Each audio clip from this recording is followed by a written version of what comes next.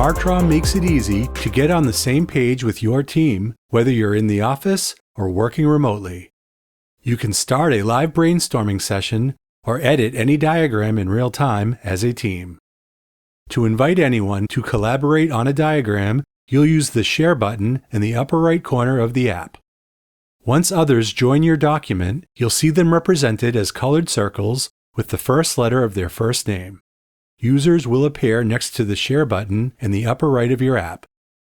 Cursors being moved by other team members will be colored and labeled with their username so you can see what everyone else is working on.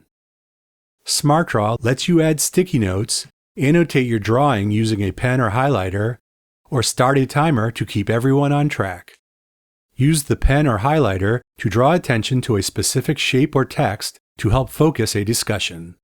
Start the timer to track your whiteboarding session. You can stop, pause, or add time as you need. It's never been easier to keep your team on the same page and working together.